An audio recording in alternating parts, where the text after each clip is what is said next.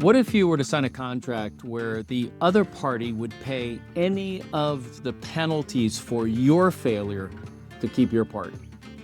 That's exactly what God does with Abraham. Welcome to day 1 of week 2 of the Bible reading plan you'll actually finish, brought to you by Five Oaks Church, and BibleStoryGuides.com. I'm Henry. We're entering the third scene of the story of God, a scene that we're calling promise. Last week we covered creation and separation. So we saw how God made a good world, invited us to share in it with him, but we chose to go in our own way instead of having God as our leader and king. Creation and separation. Now in scene 3, God begins his rescue plan.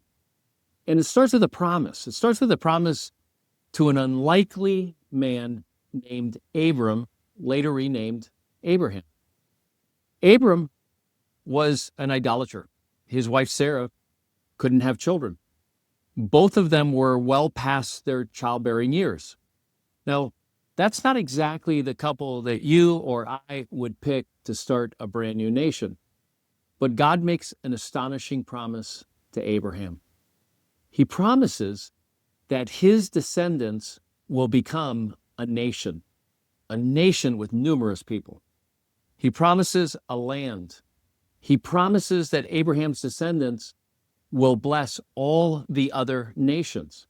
So listen as I read from Genesis chapter 12 and the first 9 verses of Genesis chapter 12. Here we go. The Lord said to Abraham, "Leave your native country, your relatives, and your father's family, and go to the land that I will show you. I will make you into a great nation. I will bless you and make you famous, and you will be a blessing to others.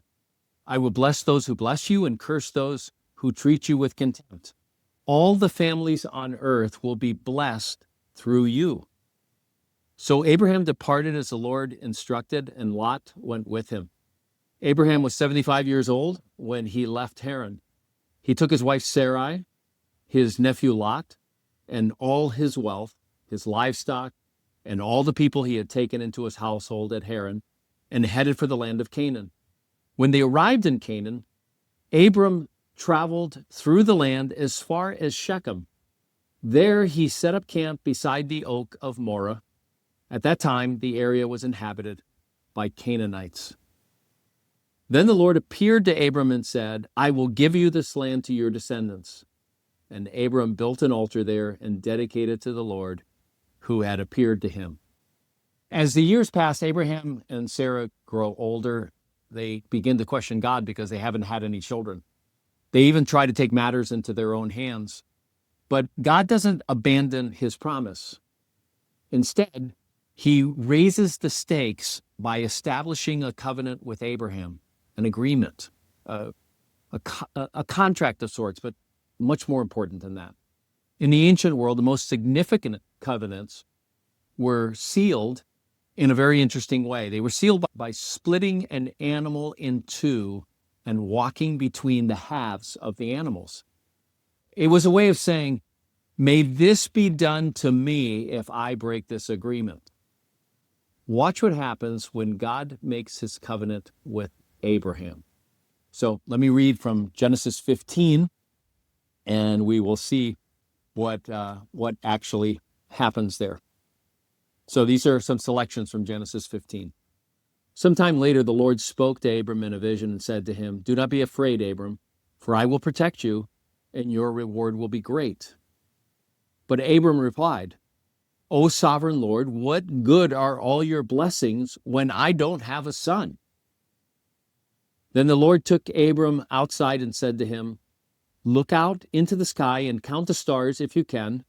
That's how many descendants you will have." And Abram believed the Lord, and the Lord counted him as righteous because of his faith. Then the Lord told him, "I am the Lord who brought you out of the land of Ur of the Chaldeans to give you this land as your possession." But Abram replied, O sovereign Lord, how can I be sure that I will actually possess it? The Lord told him, bring me a 3-year-old heifer, a 3-year-old female goat, a 3-year-old ram, and a turtle dove, and a young pigeon. So Abraham presented all these to him and killed them. Then he cut each animal down the middle and laid the halves side by side. He did not, however, cut the birds in half. Some vultures swooped down to eat the carcasses, but Abraham chased them away.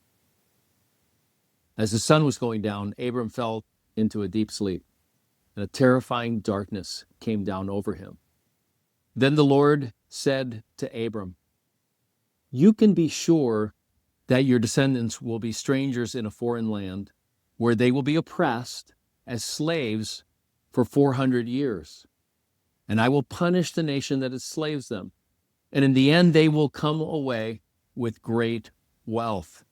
As for you, you will die in peace and be buried in a ripe old age. After 4 generations, your descendants will return here to this land, for the sins of the Amorites do not yet warrant their destruction. After the sun went down and darkness fell, Abram saw a smoking firepot and a flaming torch pass between the halves of the carcasses. So the Lord made a covenant with Abram that day and said, I have given this land to your descendants, all the way from the border of Egypt to the great Euphrates River. Did you catch it? Abraham never walks through the carcasses. Only God does, and God is symbolized by the smoking firepot and the flaming torch. God is taking on both sides of the agreement, both sides of the punishment. He's saying, if I fail, may this be done to me. At the same time, he's saying, if you fail, may this be done to me. Throughout the rest of the story of God, we'll see Abraham and his descendants fail repeatedly. And we'll see that God never gives up on them. His covenant, this agreement that he has with them, is unconditional and it's irrevocable. And there's one more thing. Verse 6 says, Abraham believed the Lord, and it was credited to him as righteousness. And righteousness is a relational term. It means he was made right with God. It doesn't say that he believed in the Lord. It says he believed the Lord. He trusted him. In the separation scene, distrust was at the core of humanity's fall. Here, trust is what makes Abraham right with God. Here's your takeaway for today. Faith isn't just believing God exists. Faith is trusting that God has your best interests at heart, even when your circumstances say otherwise. Will you trust God today? Until tomorrow, have a great day.